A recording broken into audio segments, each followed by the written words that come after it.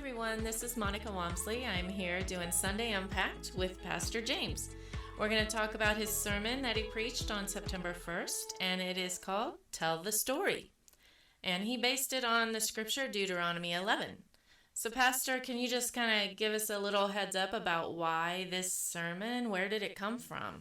Yeah, we're between series because I finished a series last week.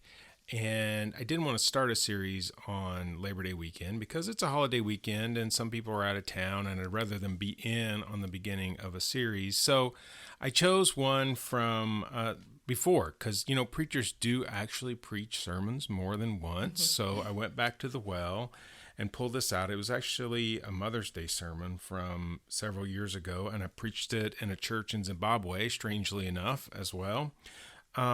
But we haven't talked about sharing Jesus for a while. So, that's always an important topic, and I think it was good for us to do that. Plus, I've been in the New Testament a lot, and this is from the Old Testament, and this is sort of a less sort of like doctrinal kind of series. It was more a sermon. It was an opportunity to actually tell a story about sort of my experience, my family, and then relate that to how we share the story. So I just thought that was a good change for us before we launch into the next series. That's really cool. I love stories. I think we all do. Right. And that's basically how they passed on scripture back in the day was oral tradition. Right. It's all oral tradition before we have the written word. Yeah.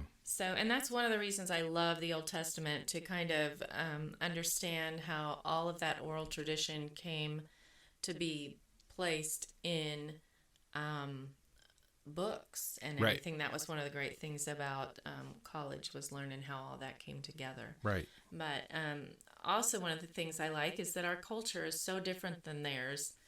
And the way that we interact with God is different as well. Like, we don't see pillars of clouds and right, sure, and smoke and fire and all that. But how do we learn lessons from stories that come from such a distant past and a different culture? Well, it's a challenge, and part of the work of a preacher or a teacher is to, as best we can, and we're never perfect at this. We never get it fully right, but to be able to reach back and to think about what was it like to live in that day, and how did the first readers of this message, how did they hear this message? So this is a message from God, from Yahweh, through Moses to the people of Israel.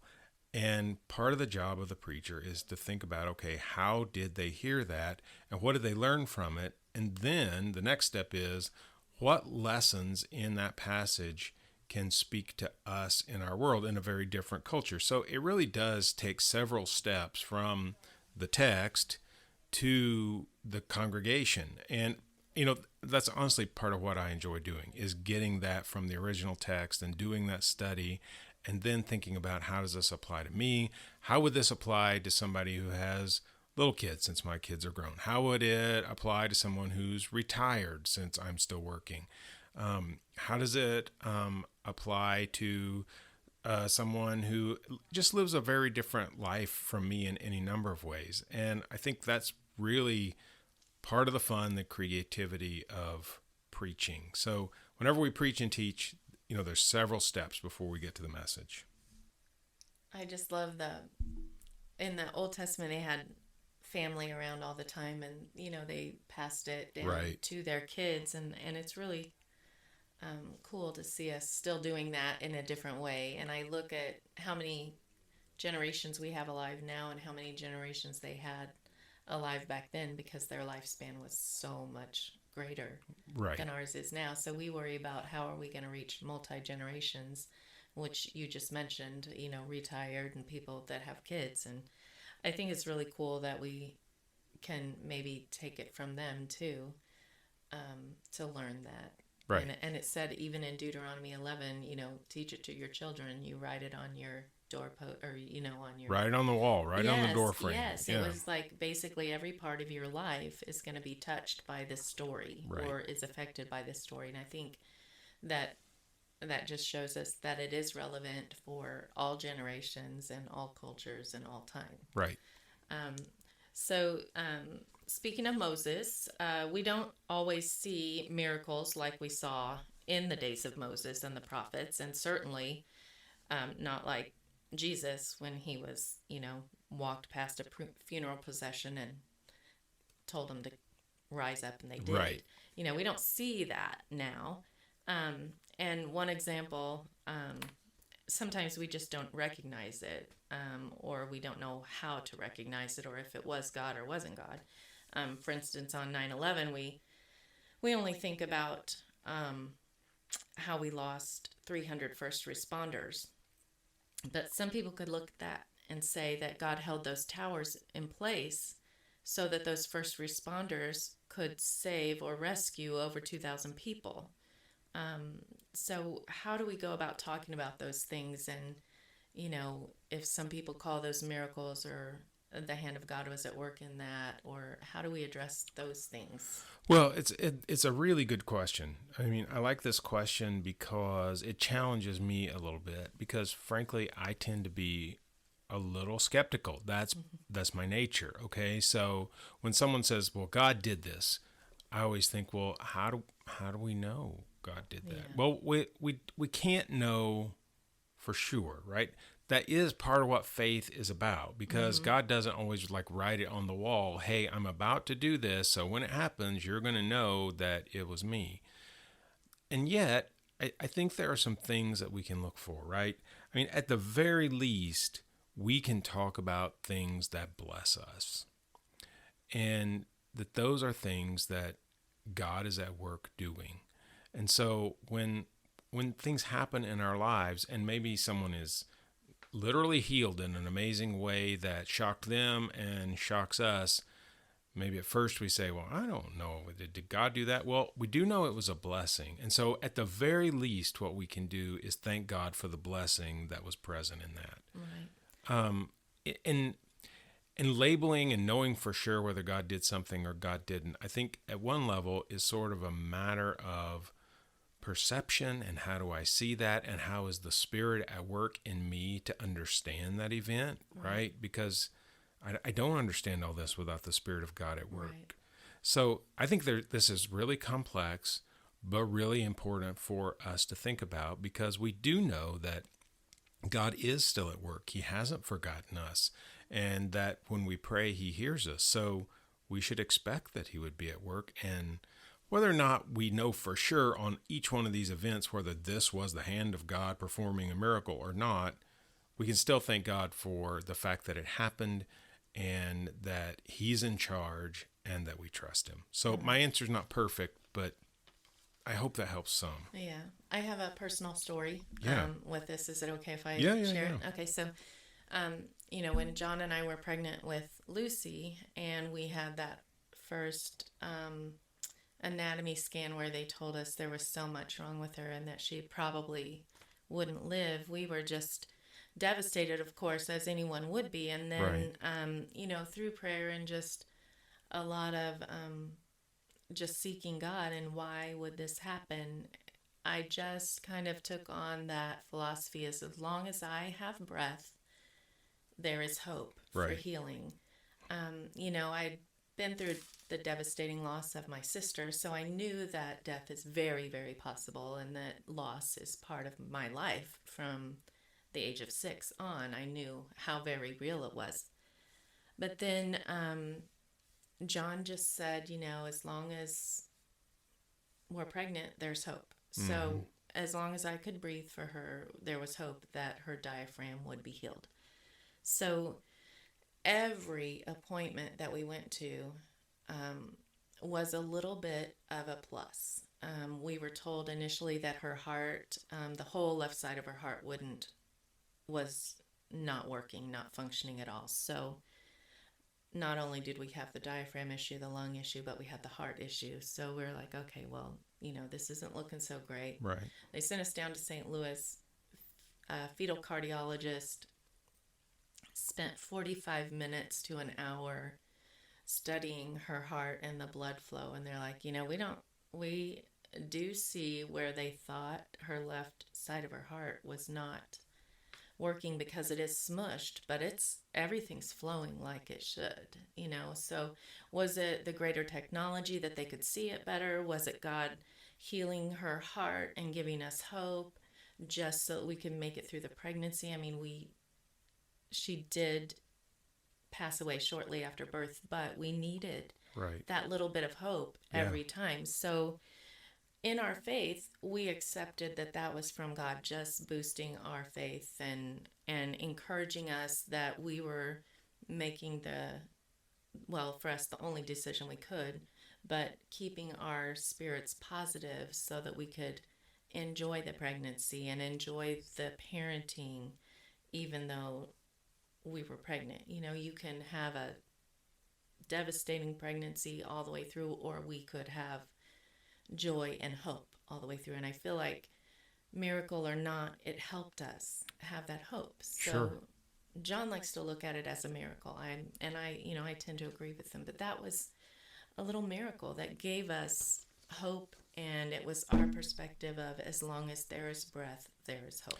Well, and it points to the fact that even if God performs a miracle, or God acts, or however you want to describe that, it doesn't always mean that everything's going to work out just like you want, right? Exactly. But God gave you time. Give us time, for sure.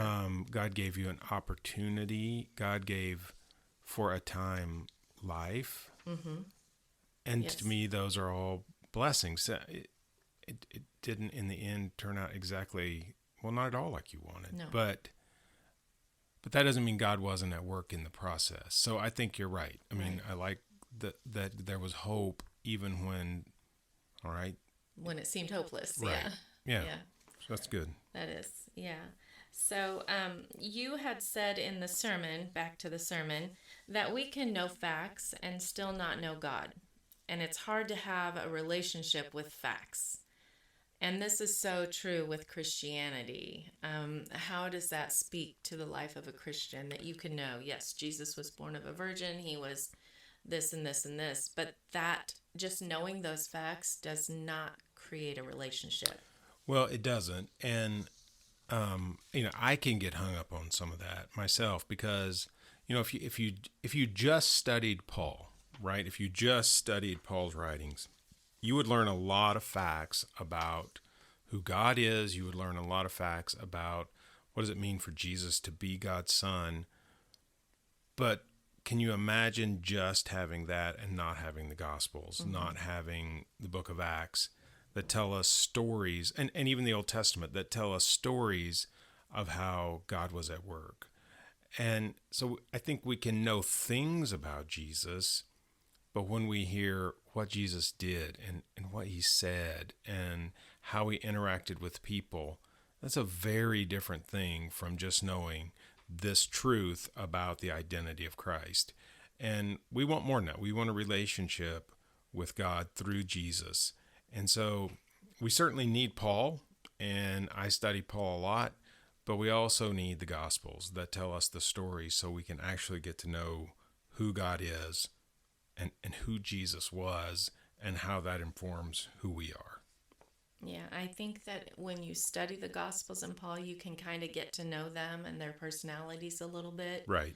And if you really look at them, like you said, we don't know the person until we know their story. If you read the Gospels and learn about Paul's stories, then Paul makes much more sense. Right. From where he came from. But as we're thinking about communicating the message of Jesus to the people around us, what does this say about telling our story, or about listening to the stories of others? Because Paul had to listen to he lived the stories that Matthew, Mark, Luke, and John are telling us about. That's right. So I think the first thing it tells us is that if we want to share the story, we've got to listen to other people's stories, because we can't know where they are. I mean, we can't know what has informed them spiritually, what life experiences, what words were spoken to them. I mean, if we don't know where they are, how can we begin to talk about who Jesus is in a meaningful way? And I think sometimes people who feel a burden, like a spiritual burden for sharing Jesus with the people around them, can, not always, but can get so caught up in what they are going to say Mm-hmm.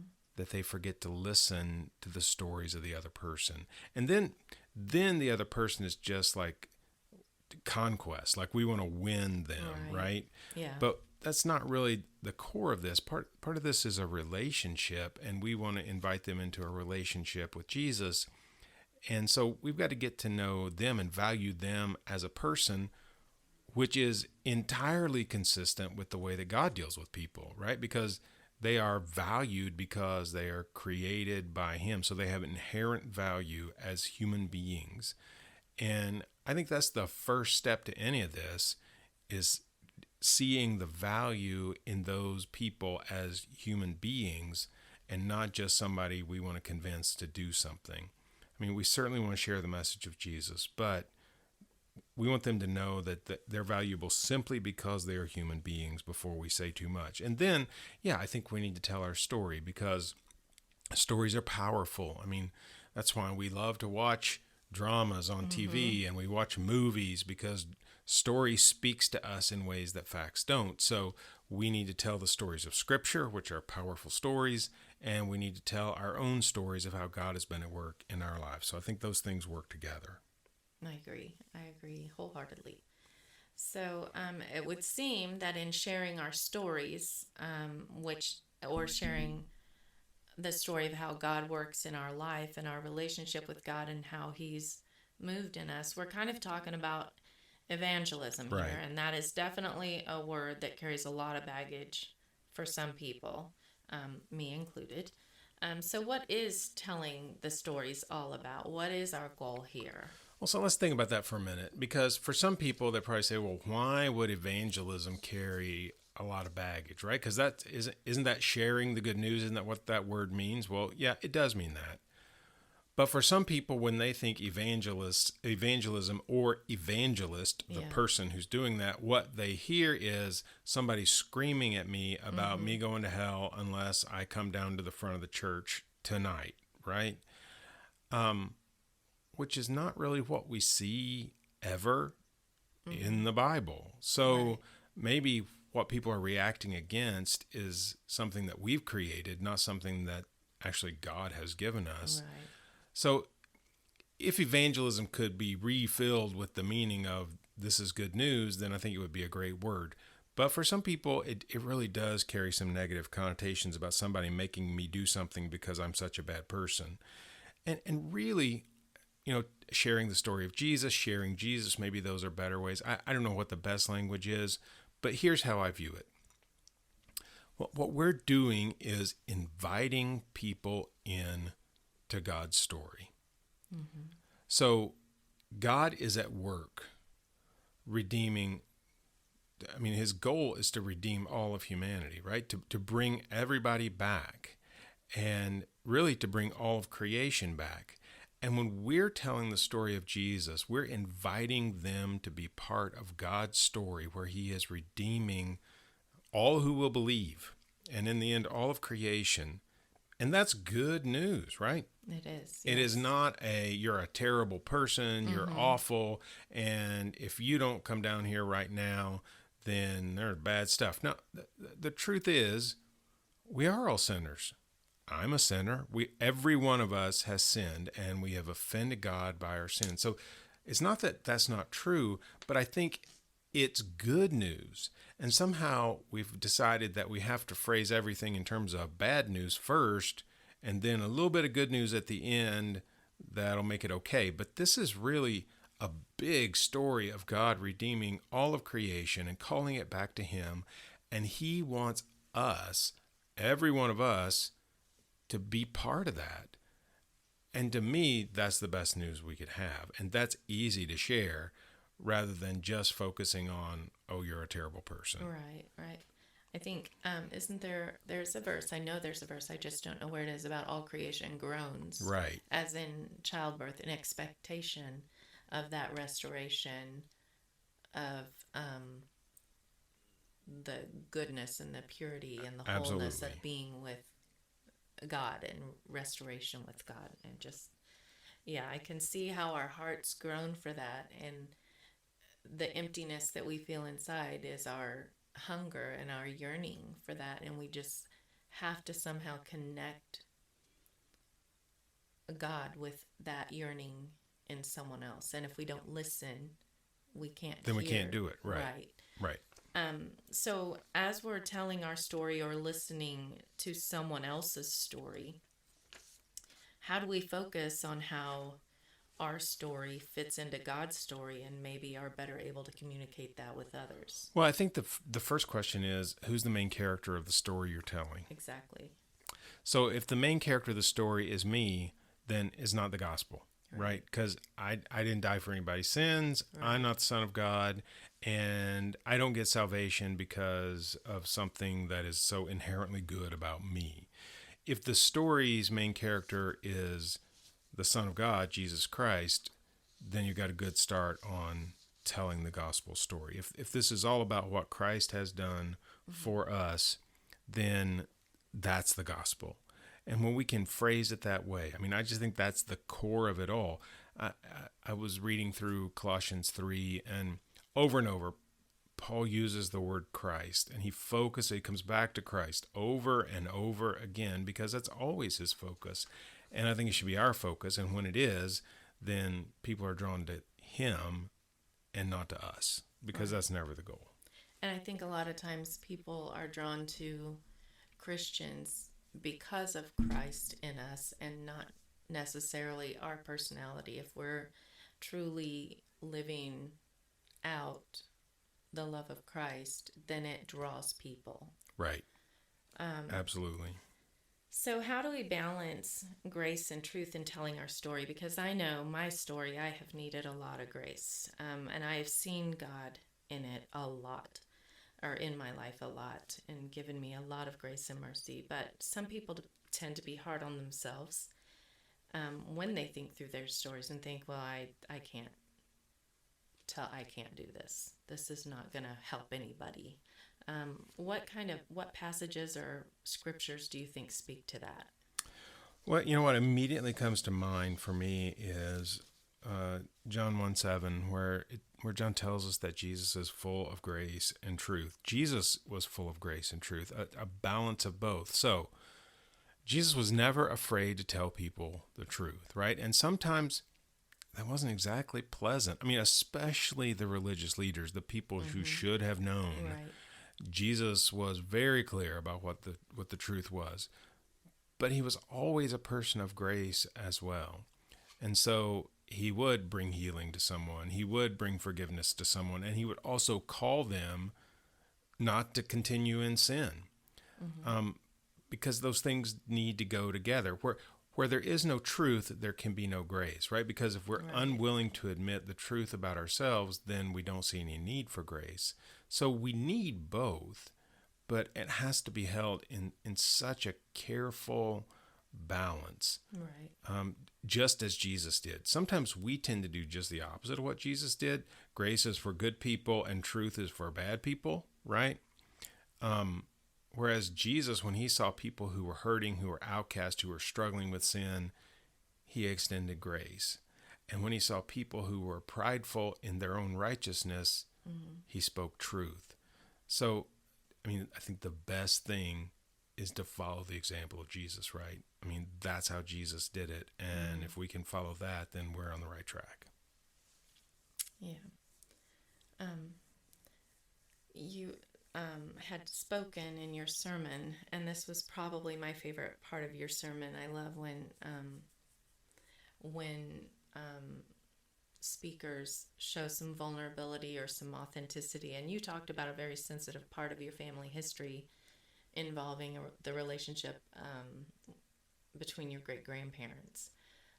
Some people have parts of their story that they find difficult to talk about. Should they share that? And also, how do they help their own children through processing those parts of their story that are not so great? So the answers to this are as varied as the stories, right? So nobody's stories are the same, and nobody's feelings about those stories are the same. So there's no like one answer to this. And that's why it's such a really good question, because we are sensitive about our stories. And there are parts of our stories that we probably would just as soon not ever share with anyone. And I would say follow the leading of the Spirit on this. Um, when it's constructive to tell a story, tell it. When it's important for a relationship, tell it. But we don't have to tell everything to everybody either. But there is power in story, and it can be really important for people to know, oh, I thought she had it all together. Well, turns out part of their story tells me they don't have it all together. Maybe they're putting things together now, but there was a time when things were coming apart. Right. Well, I think that's great for people to hear, because part of the message of the gospel is restoration and wholeness and healing. And if we never talk about the time where we were in need of those things, then it's not real. And the people who are in the middle of the struggle and don't know how to find that healing are going to think it's not even possible. So when our story speaks to the people around us in a constructive way, I think we can tell it. And, I think we look for the opportunities when our kids and maybe others are ready for our story. And maybe we know at some points they're just not. And that's okay, right? They may not be ready to hear that, ready to understand that. But it's also good for us to realize that you don't want to hide things so that later on people go, well, how did I not know that about my parents, grandparents, whatever? But so often our stories really can help people through the things that they've got to go through. So often they're worth telling, and just know there is no family out there who's perfect, right? I mean, Exactly. there's struggles in every single family, and things that kids take with them from their birth families that can be challenging, and we should be the safe place to talk about that if we can. Right. I think something you shared earlier about making God the center of the story Right. is going to help here, because our stories are important. Details maybe not so much. Yeah. And especially personal, intimate details. We don't want to, I don't want to say, how would you put that? Like, you don't want to kind of celebrate or accentuate or focus on the sin. You want to focus on the redemption, Yeah. the salvation of it, and the turning of it, and the way it can be used for God's glory now. Totally agree. And God's forgiveness in it. So, how can we communicate the greatness of God without building a fairy tale faith that will crumble in adversity? This is like one of the big questions, right? Because, It is, yeah. I mean, we want to always communicate the faithfulness of God, the love of God, the responsiveness of God, the fact that He listens when we seek Him out. I mean, that's one of the messages of the Psalms, is that God listens. And so we want to build in people that kind of faith. With that said, we don't want to make too many guarantees that God's going to do this and God's going to do that. God's going to make it easy, because number one, we don't control God. And number two, I don't want to build a faith where people assume everything's going to be perfect. And then when it's not, well, they assume, well, either God is not listening or there's something wrong with me. Right. And neither one of those things may have anything to do with the truth.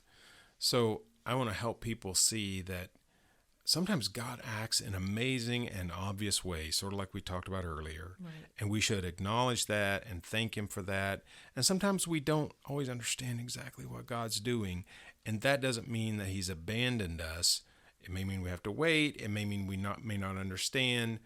But this is still the same God who, if nothing else, is with us. Right. He is present, and we can depend on that. So it's always depending on what God has actually promised, not just what I want him to do. Exactly. So that's a big question. It is. And I think that David gives us a great example of that, as you mentioned in the Psalms, because he could be in the depths of despair and then crying out to God at the beginning of a psalm, and at the end of the psalm he's like, oh, how great is our God, and he's right. No one is greater. Did his circumstance change? Was he still going to face his enemies when he came out of that? He just was at peace in his spirit, and he needed to know that God was with him, and that took him out of that place of desperation and gave him hope to face what he had to face. Right. It didn't make everything magically better. No. And just like knowing those step by step with those doctor visits didn't make our situation any better.